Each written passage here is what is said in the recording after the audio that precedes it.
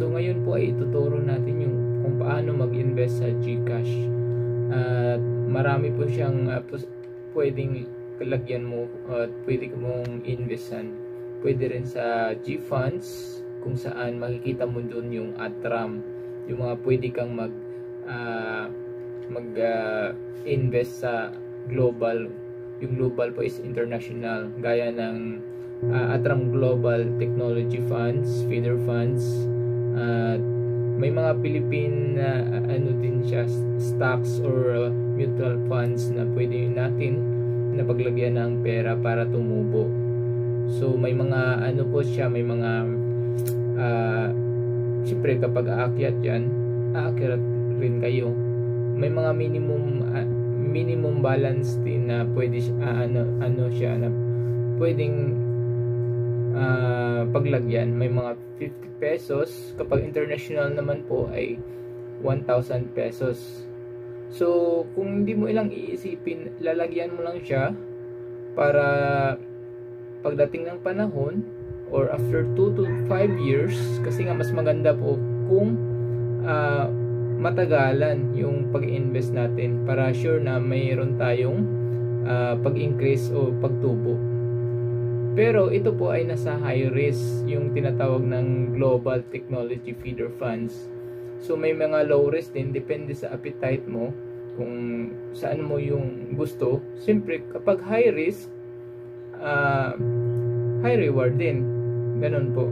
Pero yung American or US stocks naman, kasi nga yung US parang mas maganda yun kasi nga nangunguna sila sa development ng ating sa world economics, di po ba?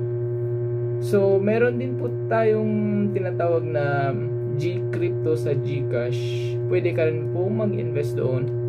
Meron ding G-Stocks, yun. Pero sa ini-invest ko po dito sa GCash, dalawa lang po yung ininvestan ko.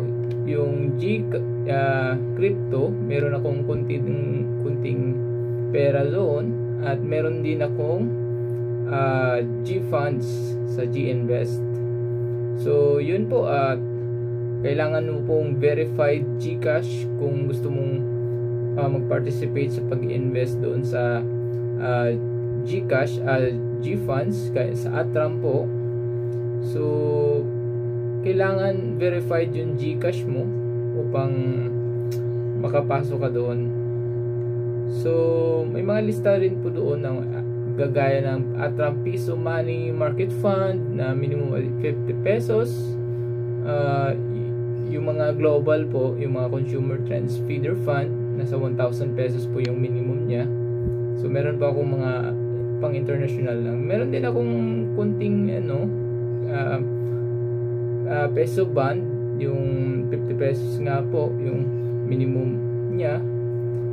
So yun po, wag lang natin isipin ng short term na kapag tumubo lang kukunin ka agad. So mas maganda po yung long term talaga natin. At yun lang po, at salamat.